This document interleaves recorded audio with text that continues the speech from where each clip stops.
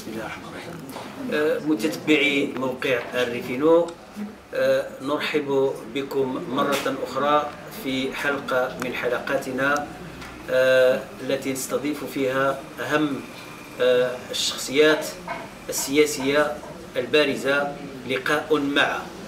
لقاء هذه المرة يستضيف شخصية سياسية معروفة بمواقفها الجريئة في المجال السياسي والاجتماعي كذلك، الأستاذة نبيلة منيب. أستاذة نبيلة منيب غنية عن التعريف، سنستضيفها بمدينة الناظور للحديث معها في الموضوع الذي تحاورت فيه منذ لحظات، المتعلق بالحراك الشعبي. أستاذة نبيلة منيب، أهلا وسهلا بموقع الريفينو. شكرا لكم على هذه الاستضافة الكريمة، وتحية لكل مشاهديكم. حللتم بمدينة الناظور، وكان لكم لقاء تواصليا مباشرا مع مناضلي الحزب ومع ساكنة مدينة الناظور. نريد الانطباعات الأولى التي خرجتم بها من هذا الحوار المباشر. أولا، هذه كانت ندوة نظمها فرع الحزب الاشتراكي الموحد بمدينة الناظور، وبطبيعة الحال نحن كعادتنا لقاءاتنا كلها كتكون مفتوحة على العموم، وكان واحد الحضور اللي هو متميز، وكانت لحظة ديال تفاعل ولحظة ديال نقاش حول موضوع اللي هو موضوع الساعة في بلادنا، واللي كيتعلق بالحراك اللي كيعرفوا الريف والآفاق ديال البناء الديمقراطي. لأنه كل مرة كتكون عندنا يعني واحد الحراك أو انتفاضات شعبية أو احتجاجات، إلا وتنشوفوا ما وراء هذه الاحتجاجات دائما تلقاو بأن كاين هناك مطالب بطبيعة الحال مشروعة، ومطالب اللي هي معقولة، مطالب اجتماعية، مطالب اقتصادية، لأن البلاد ديالنا مازال كتعرف واحد الأزمة مركبة سياسية اجتماعية، مازال ما وصلنا شيء. المغرب الديمقراطي، المغرب ديال العدالة المجالية، المغرب ديال العدالة الاجتماعية، ولكن ما وراء ذلك، وخصوصا بالنسبة للحراك اللي عرفوا الريف منذ الاستشهاد ديال محسن فكري، واللي بين بأنه يعني الساكنة ديال الريف والشباب والشابات عندهم واحد القوة خارقة على الصمود رغم القمع الممنهج، وأن هذا الحراك اليوم دام لأكثر من 8 ديال الأشهر، وكنتمناو أنه سيسفر على مداخل حقيقية باش نوصلوا ذاك التغيير الديمقراطي المنشود في وطننا. ويعني المجيء ديالنا لهذه الجهة هذه بطلب من رفيقاتنا ورفاقنا في الحزب ولا في الفيدراليه ديال اليسار الديمقراطي، ولا كذلك بطلب من واحد العدد ديال المواطنين العاديين اللي عارفيننا باننا نساند يعني الحراك وبغاو يتواصلوا معنا بشكل مباشر. فانا كنتمنى انه نكونوا فدنا في توضيح يعني ما يحيط بهذا الحراك من كل المناحي. يعني شكون هما الفاعلين الاساسيين اللي كيدخلوا اليوم؟ واش كاينه شي رغبه في الاستجابه للمطالب المشروعه ديال الحراك؟ وشنا هي الامكانيات ديال الفعل اليوم باش يمكننا ننتصر لهذه المطالب اللي هي يعني في نهايه المطاف مطالب يمكن تقدم بها اي جهه من جهات هذا الوطن اللي مازال كتعاني من العطله، من التهميش، من الاقصاء، من عدم الامكانيه ولا ضعف الامكانيه ديال الولوج للخدمات الاساسيه، من تعليم، من صحه، من طرق، من سكن لائق. وبطبيعه الحال هذه مناسبه مهمه، خصوصا واننا اليوم حاضرين بالناظور، وغدا ان شاء الله غادي نكونوا في الحسين ثانيا للقاء مباشر مع المواطنات والمواطنين اللي استمعنا لهم اليوم وغادي نستمعوا لهم كذلك غدا. أستاذة منيب، هناك من يقول أن الحزب الاشتراكي الموحد يريد أن يستغل الحراك الشعبي لأهداف سياسية تخدم الحزب فقط. أولا الحزب ما عندوش شي أهداف لخدمة الحزب. حنا كنشتغلوا كمناضلين، كنأثروا المناضلين ديالنا والمواطنين، كنحاولوا نتوسعوا. حنا معتزين لأنه اللحظة اللي من بعد الانتخابات رغم ما شابه من تدخلات واحد العدد ديال المغربيات والمغاربه اللي العدد ديالهم كيتراوح ما بين 5000 حتى 6000 منخرطين جدد جاو عندنا، اطباء، مهندسون، طلبه، شباب، ربات بيوت. يعني هاد الناس علاش جاو عندنا وحنا ما مشاركينش في الحكومه؟ لان عندنا مصداقيه، لان عندنا مشروع مجتمعي مهم. هذا الكلام ديال الركوب كيقولوه الجهله، وكيقولوا بعض الناس اللي ما كيفهموش شنو هو الدور اللي يمكن يلعبوه واحد الحزب سياسي اللي حامل مشروع اجتماعي للتغيير الديمقراطي الشامل، واللي ضحى من اجله ولا زال قابل للتضحيات، واللي لم يخذل ابدا الجماهير، ودائما كيكون الى جانب يعني القضايا المشروعه ديال المواطنات والمواطنين. وحنا يعني واحد الحزب ربما خلقنا من اجل مناصره الكادحين والمظلومين والمحرومين، وتعرفونا هاد الناس هادو لان كاين واحد الوعي في المغرب. ولكن نتوما كتعرفوا المخزن والبروباغندا ديالو، واحد العدد ديال الاحزاب اللي كتعتبر راسها كبيره واللي هي غير منفوخ فيها وما عندها لا مشروع لا والو، وما فيها حتى مناضلين حقيقيين قلال فيها الى ان وجدوا، كتحاول تشوه الصوره ديال الحزب ديالنا والركوب ما الركوب. من الصعب لقاو ناس نزهاء يركبوا على الحراك ويعاونوا الحراك باش يوصل للاهداف ديالو. حنا تنشتغلوا موجودين منذ الوهله الاولى ببياناتنا، تصريحات ديال القاده ديالنا، بالتواصل ديالنا عبر القنوات سواء منها الوطنيه او الاجنبيه، بالمحامون ديالنا في الهيئه ديال الدفاع، بالهيئه ديال الاستقبال ديال العائلات ديال المعتقلين اللي بالمناسبه كنطالبوا بالاطلاق السراح ديالهم بدون اي قيد او شرط، لان هذه وصمه عار في جبين هذا المغرب اللي كيقول راني استثناء وراني باغي نبني الديمقراطيه ولا في طور بناء الديمقراطيه حنا باقيين بعاد منها، واحترام الحريات في اضعف يعني حدودها مازال ما كاينش في هذه البلاد. ولهذا حنايا نعتز وتنفكروا وتنجتهدوا يوميا كيفاش يمكن لنا اننا نجعلوا من هذا الحراك ديال الريف اللي اليوم كيعرف واحد المسانده قويه وواسعه من قبل واحد العدد ديال المدن والقرى، واحد العدد ديال الشباب والشابات وغيرهم، اننا كيفاش يمكن لنا نساعدوا كاملين باش يطلق سراح يعني المعتقلين، باش يتفتح حوار، باش يدار تحقيق في كل القضايا اللي كتأرق هذه الجهه، واللي على راسها القضايا ديال الفساد المبين والمفسدين الذين ياتون في خيرات هذه الجهه فساد. استاذ منيب، واحد التساؤل عريض، اين هي الاحزاب السياسيه؟ اين هي جمعيات حقوق الانسان لما يقع الان في الريف؟ لا احد يتكلم. سبب تكلموا في الحمله الانتخابيه وسكت الجميع، ووقعت انتهاكات في حقوق الإنسان بالنسبة للريف ولا أحد يتكلم، الكل يتفرج. ما هو السبب في رأيكم؟ وهو في الحقيقة ماشي الكل صامت أو الكل لا يتكلم. هذه مرحلة ديال الفرز، ويمكن المغربي العادي يلاحظ بأنه الأحزاب المناضلة الحقيقية اللي كتكلم في المحطات اللي صعبة هي اللي كتكلم، والجمعيات الحقيقية هي اللي كتكلم. مع كل أسف حنا كنشوفوا بأنه الدولة المغربية عبر هذه العقود كلها عملت على يعني ضرب كل الوسائط بما فيها الأحزاب، وخصوصا الأحزاب اللي جاية من الحركة الوطنية، أنها قدمت لها واحد يعني معركة كانت ما بين هذه الأحزاب وما بين النظام المخزني الذي عمل بكل الأشكال، من القمع الممنهج، من سنوات الجمر والرصاص، من البلقنه، من التفتيت، من أجل وكذلك من محاوله استقطاب بعض النخب اللي كتكون يعني تائهه ولا دخلات خطا لهذه الاحزاب المناضله. ولكن هي راه مازال يعني هذه الاحزاب كلها لا زالت قائمه الذات وموجوده، والصوت ديالها كاين، ولكن ربما ما مسموع شيء بزاف، لانه احنا ما كتحش لينا الفرصه باش نتكلموا في القنوات الرسميه.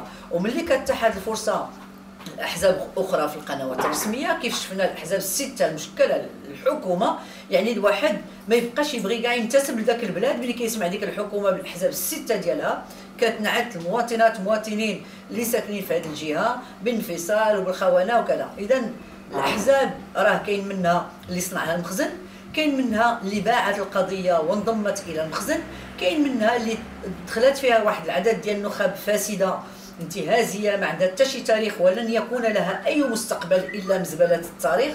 هادو هما اللي كنسمعوهم وكيدوزوهم، يمكن كيدفعوهم يديروا تصريحات، ولكن هذيك التصريحات زادت في فقدان الثقه في الاحزاب من قبل الناس العموم. حنا عاد خرجنا من جوج ديال الانتخابات 2015 و2016، الاحزاب الغليظه السمينه اللي نفخوا فيها وجات هي الاولى والثانيه كتكلم حقيقه، وكان اشجر بها ان تصمت. اللي ما عندك يقول لك قول الكلام ديال الحق ولا اسكت. حنا تكلمنا، ولكن خاص حتى الناس يسمعونا، خاص الناس يسمعونا وما يبقاوش يخلطوا ويتبعوا هذا الشيء اللي كيتقال. هذا يعني الابواق ديال المخزن كلشي كيف لان المخزن اضعف الوسائط بما فيها الجمعيات. المجتمع المدني المغربي كانت فيه احزاب قويه ضعف بزاف منها، كانت فيه نقابات قويه ممانعه ضعفها بكل الاشكال، كانت فيه جمعيات مناضله ولا زالت، ولكن هذوك الجمعيات حنا كنشوفوا مثلا من ضمنهم جمعيات اللي بغاو يحيدوا ليها حتى الصفه ديال المنفعه العامه، في حين ان الجمعيات المخزنيه اللي ما عندها ما تقدم يلاه كتستافد من الاموال ديال الشعب، يعني كتعطيها الفرصه. هنا فين الدور ديال المثقفون في البلاد، خصهم يتكلموا، خصهم يزيدوا يوضحوا. والدور كذلك، وحنا كنساعدوا ملي كنذكروا بهذا المعطى باننا كنعيشوا في الوقت ديال واحد الثوره معلوماتيه اساسيه اللي جعلتنا رغم اننا محرومون تقريبا من القنوات الرسميه كاينه امكانيه، وحنا كنعولوا على الشباب وكنعولوا على هذه المنابر الجديده الشابه انها تكون سلطه حتى هي تدفع باتجاه التغيير الديمقراطي، وانها تنور الراي العام، وانها تفتح الامكانيه كيف عملتوا انتم دابا انها تعطي الصوت لهذا. وكنقول انا كنوجه يعني للشباب كنقول لهم استمعوا لكل شيء، راه اللي بغى يكون واحد الراي متنور وقريب من الحقيقه خصو يسمع المنابع ديال الخبر كلها باش ما يقصي حتى شي واحد. وحنا يحزوا في نفسنا، حنا مناضلين وما باغيين لا نتخلصوا على هذا النضال ولا حتى شي حاجه، ولكن على الاقل الناس تعرفنا الموقع ديالنا اللي حنا عمرنا لم ولن نبدل تبديلا، دائما مناضلين ودائما الى جانب هذه القضيه هذه. وهذا ما يمكن لي نقول. استاذه نبيله، في المداخله ديالك منذ لحظات طلبتي باطلاق سراح جميع المعتقلين، وزدتي واحد النقطه اخرى وهو جبر الضرر. هو في الحقيقه كيف قلنا اليوم العالم، هذه الثوره المعلوماتيه سهلت علينا الوصول للمعلومه. اليوم واحد العدد ديال الابحاث متميزه كيقوموا بها سواء مراكز ديال البحث او مثقفون كتلقاها بالمجان موجوده، وكتبين بانه الا كان العالم كيحاول يتفادى الحروب والصراعات وخرج واحد الاجيال واجيال من حقوق الانسان، اليوم هذا الشيء اللي تكلمت عليه هو في الصميم ديال هذا الشيء. وبطبيعه الحال دوله مغربيه وقعت على واحد العدد ديال المعاهدات خصها تكون سايقه الخبر لهذا الشيء وكتفهم فيه.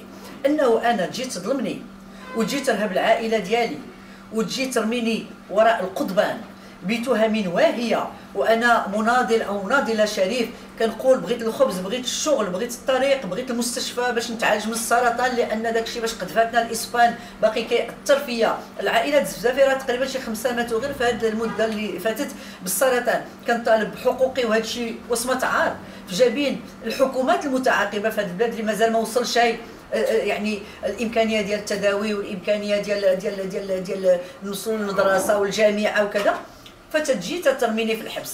اليوم حنا كنقولوا حنا عارفين والمغاربه كلهم عارفين، سواء اللي فاهم بزاف ولا اللي فاهم شويه، بان هاد الناس هما نشطاء نزهاء وكيطالبوا بنهضه للجهه ديالهم، ما انفصاليين ما حتى شي حاجه وباغيين حقوقهم. اذا خصهم يخرجوا وخص جبر الضرر بطبيعه الحال. انا ضيعتي الا مشيتي غير واحد المطعم وبغيتي تاكل شي حاجه واخا تكون غير يعني اللي كان ويجيبوها لك فاسده، خصهم يعوضوك، ماشي غير يعطيوك جابوا لك خبزه فاسده يجيبوا لك خبزه مزيانه، لا خبزه مزيانه ويعوضوك على ذاك الضرر وحين تقلقتي وحين تألمتي. فما بالك بجهات كلها تائن بعائلات مكلومه ما كاينش الامكانيات الماديه، طلع هبط للدار البيضاء سير من هنا. هادشي راه هادشي كله كيدار له تقييم، كاين محامون اللي هما نزهاء كيعرفوا هادشي هذا باش يمكن جبر الضرر بعد ديال العائلات وديال الجهه كامله، لانه ما يمكنش لينا الدوله كل مره كتصدر للخارج واحد الصوره. درنا هيئه الانصاف والمصالحه، حنا الاولين فرحنا بها وقلنا غنعرفوا الحقيقه وغنسمعوا الملفات ديال انتهاكات الجسيمه لحقوق الانسان، ولكن كان خاص هذا المسلسل يكمل بتنفيذ يعني التوصيات ديال هيئه الانصاف والمصالحه. انا كنقول المصالحه مازال ما وقعتش، معرف مازال ما وقعتش مع جهات كبيره في المغرب. راه الناس في الشرق هما الرفاق ديالنا جاو يعني من جهه جراده وفيكيك ومن وجده هذا كيعرفوا داك الشيء ديال المناجم تما ديال السيليكوز والامراض اللي الناس كتهلك. واليوم منين دارت واحد الوحده اللي هي عصريه طالبوا بحقهم باش ولادهم تكون عندهم الاسبقيه، ولادهم بالمناسبه راهم ضحاهم الاجر وقراوهم وكذا يخدموا كيقولوا لهم لا كيجيبوا ناس من جهات اخرى، وهذا الشيء ماشي معقول لانه ليس هناك حق، ليس هناك عدل. ولهذا حنا كنجاوبوا هاد الناس وكنقولوا لهم حنا بلادنا عزيزه علينا حتى حنا، وبغينا الامن وبغينا الاستقرار في ظل التنميه والتوزيع العادل للثروه، ليس في ظل الاستبداد والفساد. اخر سؤال استاذ منيب، غادي نرجع بك للجو ديال القاعه فين كنت منذ لحظات ديال اللقاء ديالك مع المناضلين ديال الحزب الاشتراكي الموحد. كان الحضور ديال المراه باين، كان المشاركه ديالها في المداخلات باين، كان المناضلين ديال الاشتراك الموحد كانوا في المستوى، يعني كان واحد النوع ديال الحوار، وكان عندك صدر رحب انك استطعتي تجاوبي على ذاك الكم الهائل ديال الاسئله، كان عندك النفس الى اخر لحظه. هذا الجو شنو غادي يخلي في الذاكره ديالك؟ اولا انا اعتز في الحقيقه برفيقاتي ورفاقي، واعتز كل الشرفاء اللي حضروا نورونا بالاراء ديالهم والافكار ديالهم، واعتز اكثر بالشباب والشابات اللي رجعوا لنا في الحقيقه قوه والعزيمه ديالنا، وكيقولوا لنا بانه يعني هذه النضالات وهذه التضحيات ديالنا ما غاديش تمشي هباء منثورا. وانا كنقول رب ضاره نافعه. اليوم هذا الحراك ديال الريف رغم المقاربه القمعيه، رغم المعاناه ديال الاسر ديال الجيران ديال الجهات بكاملها، والجهات كلها هي المسانده اللي هي تعاني، الا انه شفنا ان هناك واحد الوعي متنامي جدا. واحد الصحفي تنظن خالد الجامعي قال بانه ملي كنسمعوا يعني نوال السعيدي اللي هي في قلب الحراك وكذا كتقول لك انا راه الزوج ديالي في البيت كيقابل 4 ديال الاطفال ديالنا باش نجي انا ناخذ الكلمه ونتكلم. انا كنقول بانه الدولة المغربية ما تقدمت المرأة المغربية، قدم الرجل المغربي، تقدم المجتمع المغربي رغم كل الضغوطات، رغم كل الصعوبات. انا كنعرف شباب في البوادي كيقراو كيطالعوا تيكتبوا الشعر تيكتبوا النثر تيخدموا. كاين انا في الجهه ديال واحد الجهات في الجنوب كيقول لي استاذ انا عندي 35 مشروع كيحافظ على البيئة وقابل للتمويل وخاص غير امكانيات. يعني انا كنثيق في لو جيني ماروكان. المغاربه راه مهمين، المغاربه راه خدامين في لانازا، خدامين في لو سيرن، خدامين في كل المختبرات الدوليه. عندنا نزيف ديال هجره الادمغه مشات، عندنا شبابنا في القوى العقليه ديالو التامه والجسديه اللي ركب في الباتيرا اللي مشى لديك الجهه. علاش؟ لانه ما كاينش العدل، ما كاينش يعني انه خلينا واحد المجموعه اللي هي احتكرت الثروه ديال البلاد. وملي كتجي المحطات ديال الانتخابات اللي كيبغيو عاوتاني من جديد الناس يثقوا بان غادي تكون عندنا نخب في المستوى اللي غادي تمثلنا واللي غادي تدافع علينا واللي غادي دير اختيارات ديمقراطيه للبلاد في المجال ديال الصحه والتعليم وغيره. انه كل مره تيجيبوا لنا ناس اللي هما دون كفاءات وناس اللي هما فاسدين تتشجعهم الدوله، والدوله خصها تنتبه بان هناك يعني العالم كيعرف واحد الغليان. العالم كيعرف غليان، المنطقه ديالنا مهدده بالخراب المبين الفوضى الخلاقه. اذا اليوم العنوان ديال المغرب ديال غدا خصو يكون التمنيع ديال الوطن، خصنا نمنعوا بلادنا ضد هذاك الاثار السلبيه ديال النظام الليبرالي اللي كيفرض علينا سياسه التقشف اللي غادي تفجر لنا البلاد، ولا هادشي ديال الفوضى الخلاقه اللي باغيين يحرمونا لا من الاقاليم الجنوبيه ولا حتى من شي امكانيه ننطقوا باننا بغينا نسترجعوا سبته ومليليه والجزر الجعفريه واننا بغينا نبنيو المغرب الجهات والمغرب متضامن.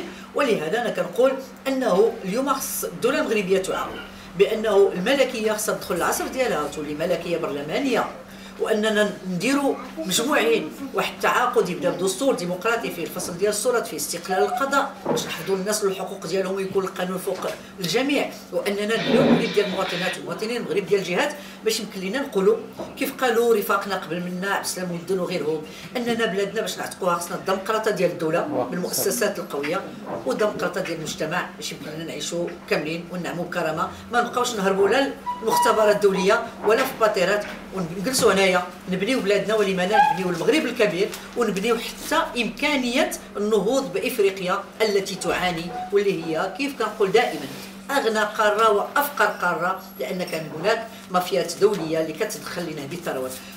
انا الاوان باش احنا نفكروا في التوزيع العادل للثروه ونفكروا في تكريم الانسان المغربي رجلا كان امراه.